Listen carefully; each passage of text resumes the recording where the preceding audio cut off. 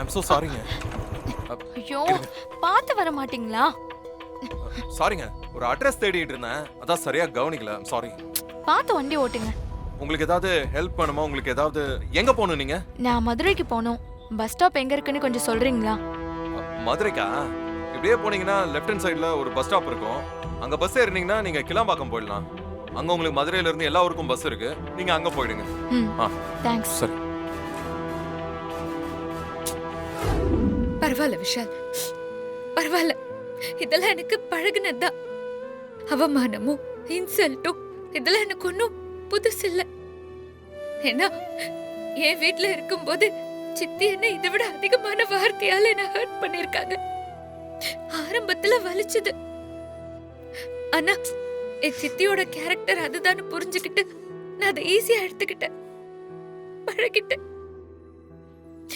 ஆனா அத்தை என் மேல நம்பிக்கை போயிடுச்சுன்னு பேசும்போதுதான் எனக்கு ரொம்ப வலிச்சது.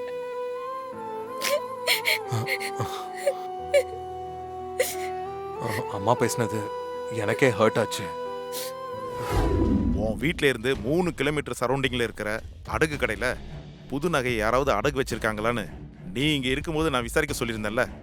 ஆமா, ஆனா ஸ்ரீஜா அதுக்கிட்ட நகையை அடமானம் வைக்கணும். நகை வீட்ல இல்லாம இருக்கணும், அதே நேரத்துல சேஃபாவும் இருக்கணும்னா ஸ்ரீஜா இப்படி ஒரு ஆப்ஷனுக்கு போயிருக்கத்தான் சான்ஸ் இருக்கு.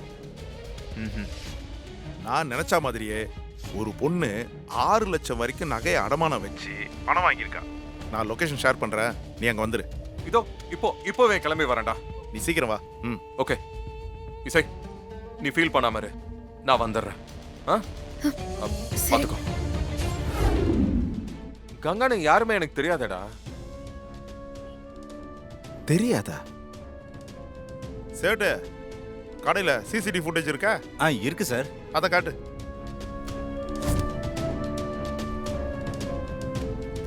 ஃபுட்டேஜை ப்ளே பண்ணியா? சார் இந்த ஃபுட்டேஜ் தான் சார். வாங்க மேடம், என்ன வேணும்? இது எங்கேயோ பார்த்துருக்கனே. I'm so sorry. ஐயோ, பார்த்து வர மாட்டீங்களா? சாரிங்க, ஒரு அட்ரஸ் தேடிட்டு இருந்தேன், அதான் கவனிக்கல. சாரி. டேய், ஆமா, இந்த பொண்ணை நான் பார்த்திருக்கேன். பார்த்திருக்கியா?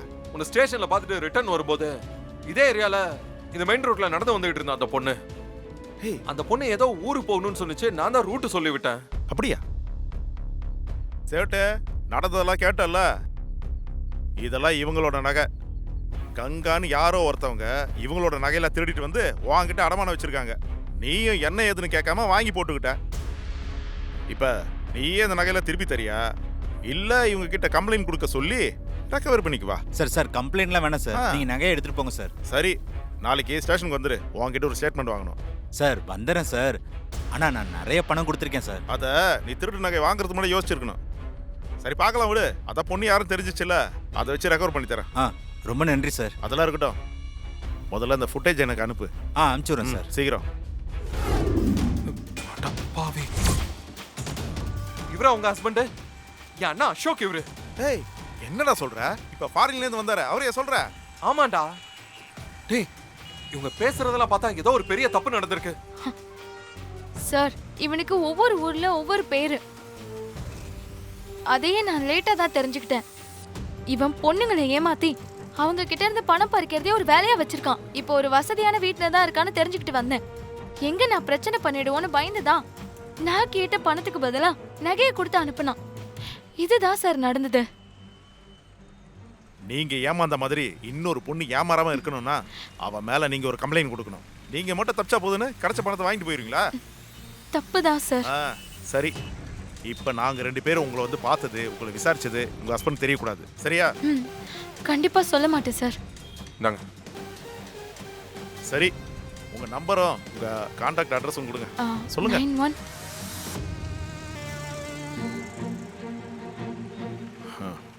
நான் மறுபடியும் சொல்றேன், நான் உங்களை சந்திச்சதும் பேசினதும் உங்க ஹஸ்பண்டுக்கு தெரியவே கூடாது, என்ன? கண்டிப்பா சொல்ல மாட்டேன் சார்.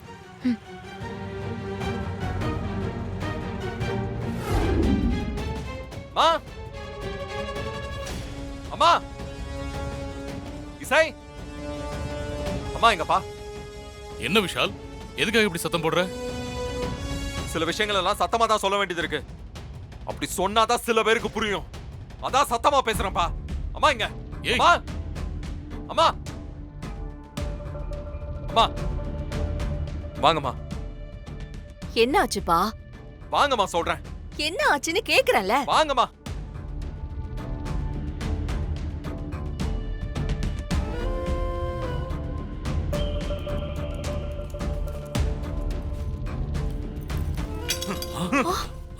பாருங்க.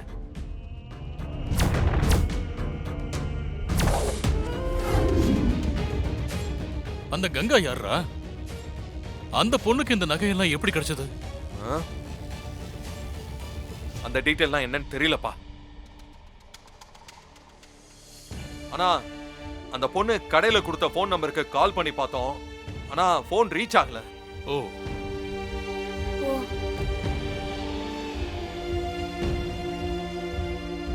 ஐயோ அக்கா, வசமா மாட்டிக்கிட்டோமே அக்கா. ஐயோ ஏய் ஸ்ரீஜா, அந்த பொண்ணு மேட்டர்லாம் எனக்கு இப்பதானே தெரியும். இப்ப பாரு இப்படி சமாளிக்கிறேன்னு. ஆ, நல்லா இருக்கு விஷால், ரொம்ப நல்லா இருக்கு.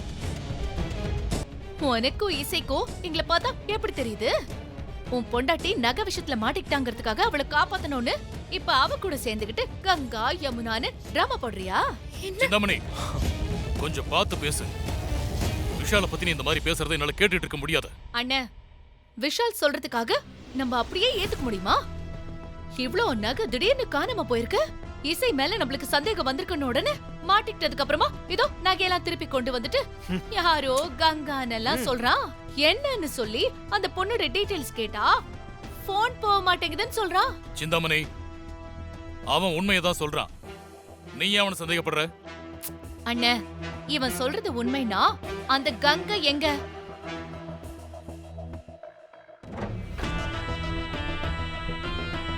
அவ கிடைக்க மாட்டானே. ஏன்னா அப்படி ஒரு கேரக்டரே இல்ல. இவன் கற்பனையா சொல்றான். ஓஹோ. ஆ. சிந்தாமணி, நீ ஏன் முதல்ல இருந்து இந்த விஷயத்துல ஒரு மாதிரியா பிஹேவ் பண்ணிட்டே இருக்க? அப்பாப்பா இருங்க. அத்தை இன்டெலிஜென்ட் ஆச்சே. இந்த மாதிரி பேசுவாங்க, இந்த மாதிரி கேட்பாங்கன்னு தெரிஞ்சுதான் அந்த கடையோட சிசிடிவி ஃபுட்டேஜை வாங்கிட்டு வந்திருக்கேன். இதோ பாருங்க, நல்லா பாருங்க. இந்த நகைங்களை வச்சுக்கிட்டு பணம் கொடுங்க. நகையை காமிங்க.